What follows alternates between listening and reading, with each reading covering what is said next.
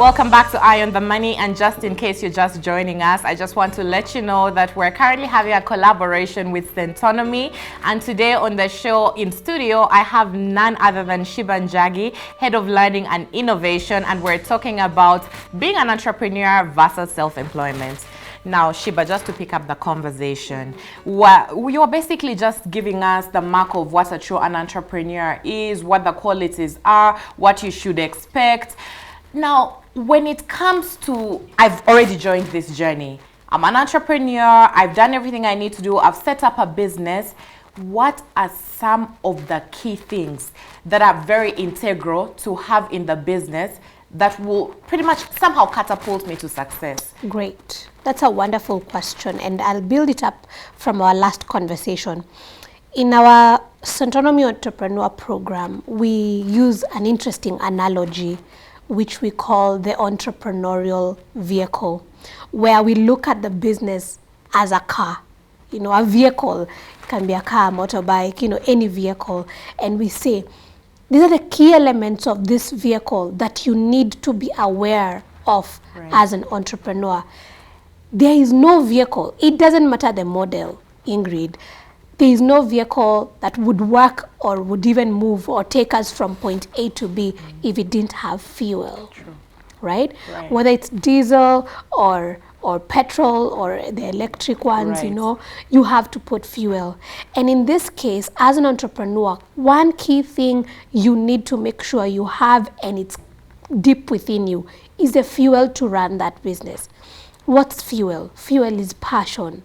Fuel is a thing that wakes you up late at night. Fuel is a thing that even in the middle of a pandemic, you still wake up and say, I'm gonna keep doing this business, And that's the thing that you keep on asking yourself, what disturbs me so that I'm able to keep running this business?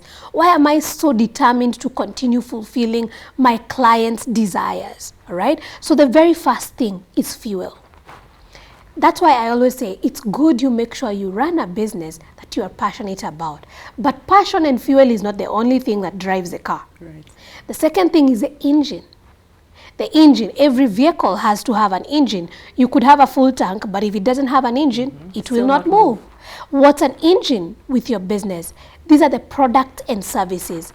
As an entrepreneur, you have to be so clear what products and services you are bringing to the market.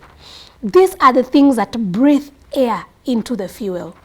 These are the things that cause the fuel to actually get the engine moving. So the engine in your business, you have to be so clear about it. And we usually now talk about the impact of understanding which is the right product or service to bring to the market. And being in a space as an entrepreneur where you're also talking to your customers and finding out, are you okay with the product? How is the product? Did we serve you well? Things like that. And then the next thing is a driver.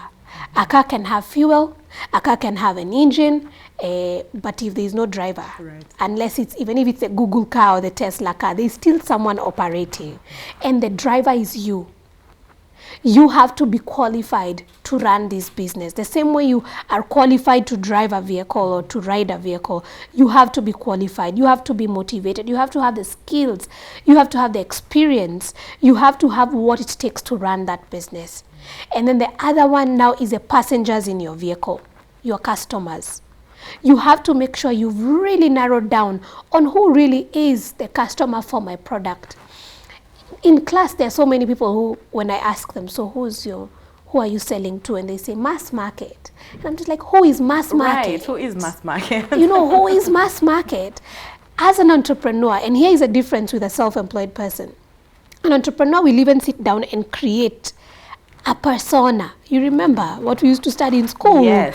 When we would be told, imagine your client as an individual. Yes. Give them a name. Are they male? Are they female? How old are they? Why is it that they choose their product? So as an entrepreneur, you need to be able to understand who are the passengers in your car, in your vehicle, so that you're able to get to them and speak to them properly, right?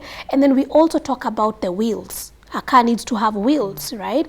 And these are the key resources that your business needs to move to the next level. And then finally, we talk about the lights. These are each car has to have lights. We use them at night, we use them during the day. And what are the lights in your business? The opportunities. So what does this mean? As an entrepreneur, you need to have the right lights to see. You need to see what's next for my business. Even if I'm starting right now, what's next? And these are the things that form structure in your business and money.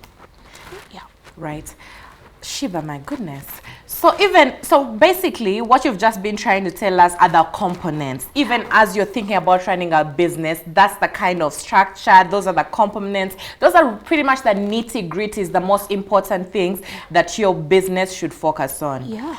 Even as we draw to the close of this conversation, there's a concept that has come up that I keep hearing, and I'd like you to help us understand it better, the concept of the abundant entrepreneur. Now that we're talking about entrepreneurship versus self-employment, what does that mean and how does it even work? Wow. Abundance. Let's just break it down a little bit. What does it mean, being abundant? Abundant means it's a lot.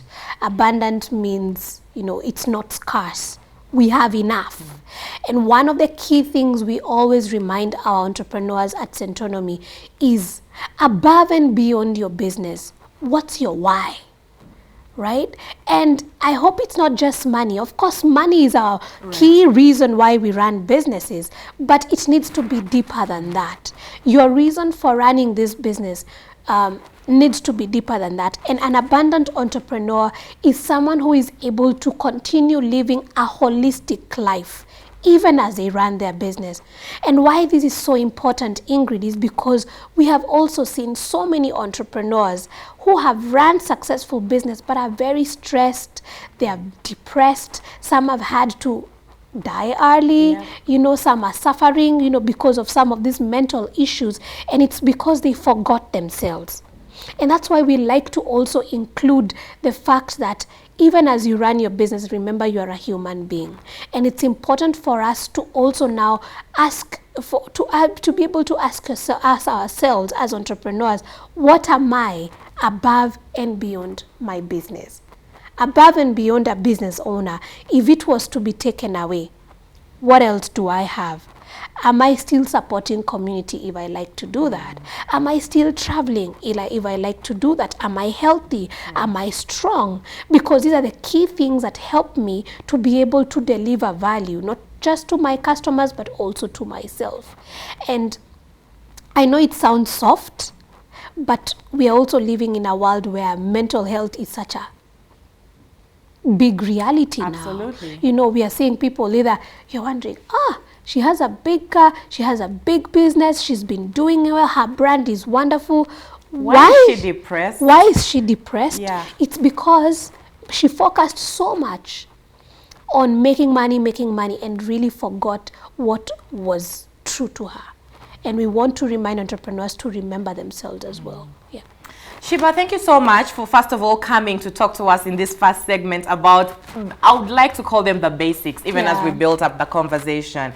Entrepreneurship versus self-employment. But before we go, usually at the end of the show, I like to leave the audience with a financial tip, which is pretty much a take-home, a wrap-up of the conversation that we've been having. I didn't prepare any today because I knew I'd have you in studio. Right. So if you were to have a final word, a final piece of advice, a financial tip in line with entrepreneurship versus self-employment, what would be the final thing you'd like the audience to go home with? Be a leader in your business. Even as you start a new business now, even as you run your business, being a leader means you're going to take charge of your business growth. You're not just working in your business as a technician, and that is what will take your business to the next level. That's what makes you an entrepreneur. I have nothing useful to add. You've heard it from the experts. And again, if you're just joining us right now, I want to remind you that we're currently having an ongoing collaboration with Centonomy, where we're going to give you so much useful advice in different spheres, different topics. So make sure you look out for that over the next couple of weeks. This is our first episode. Well, this conversation is going to continue. I'll have Shiba back again next week to talk about a different topic. Also remember, we've come up with a subscription button, whereby as our audience, you'll have a more extended, informative version of all our shows. So be sure to also look out for that. Unfortunately, that's all I had time for you today on Eye on the Money. We'll see you again here next week.